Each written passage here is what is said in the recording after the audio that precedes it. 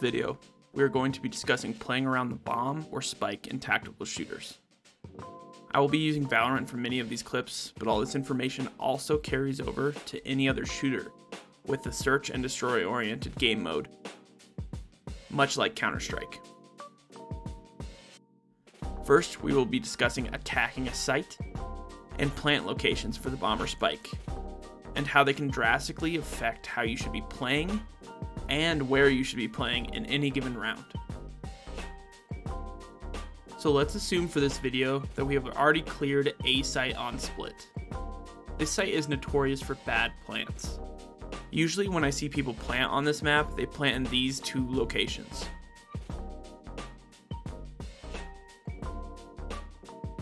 People plant here because they believe it is safe, and the walls will protect them during the plant. While many plant locations, including this one behind the billboard, is spammable.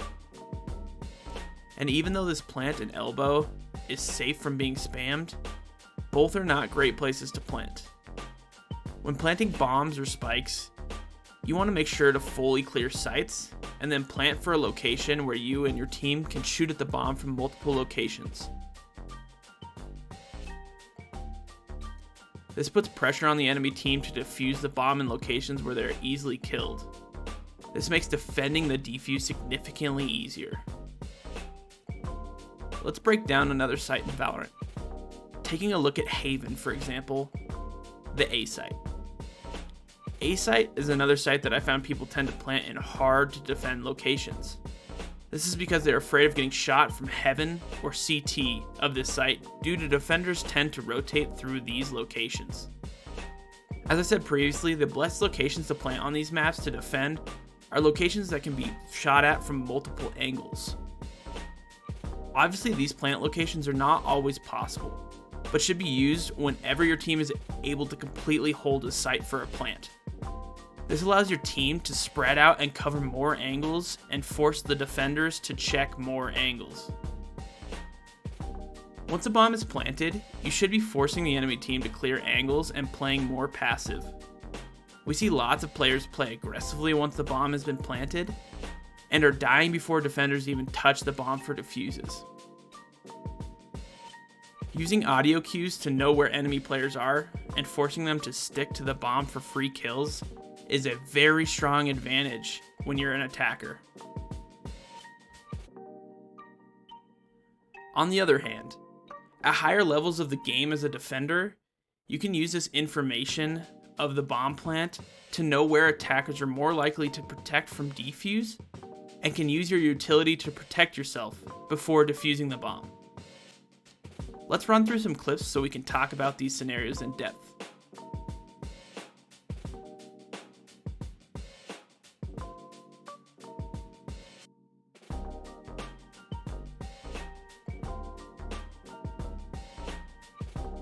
Breaking down the two previous clips we just saw. As I'm approaching A site through CT, I am checking my close corners on graffiti, hell, and back box. I now know that I only have 3 angles left that I have not checked. A long, A short, and heaven. I know the enemy player must be in one of those locations defending the defuse. I work around the mid box and now see that the bomb can be shot from all 3 angles. This gives me a 33.33, repeating of course, chance that I pick the right angle to look at while I'm defusing. I have my wall still available, so I use it to block off a long. This now increases my chances to 50% that I know where the enemy will peek me. I take a gamble that the planter has gone to heaven and lose to an A short peek. Now, let's flip the script to see if the attackers plant the bomb in a position that has less angles to look at. So same scenario, but different plant location. Again, I clear all angles going into sight. I notice the bomb is planted in a location where it cannot be seen from heaven unless the player drops.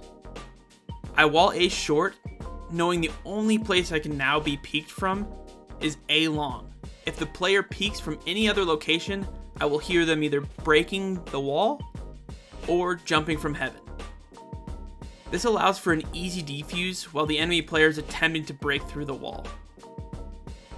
It's amazing how much information you can learn from a simple plant location, and how it can increase or decrease your chances of winning a round. So in short, make sure to plant in locations that your team can capitalize on more effectively. That's it for this video. I hope you learned a thing or two. We will see you for the next one, and in the meantime, good luck and have fun.